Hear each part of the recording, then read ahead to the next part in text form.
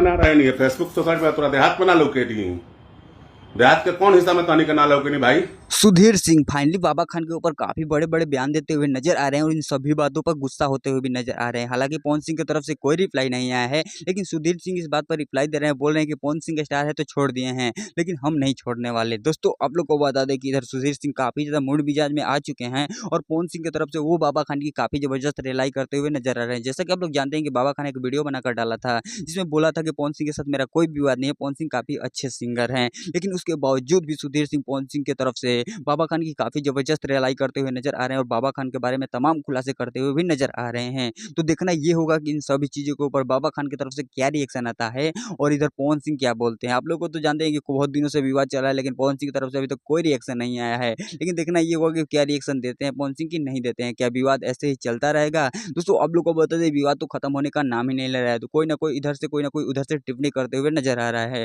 तो देखना ये होगा कि विवाद कब खत्म होता है। तो इन लोगों के बारे में आप ये कहते हैं कमेंट करके जरूर बताइएगा और इन लोगों से अपडेट पाना चाहते हैं तो चैनल को सब्सक्राइब कर लीजिएगा। क्योंकि इस नए वीडियो में किसी नए टॉपिक के साथ उसके लिए बाय।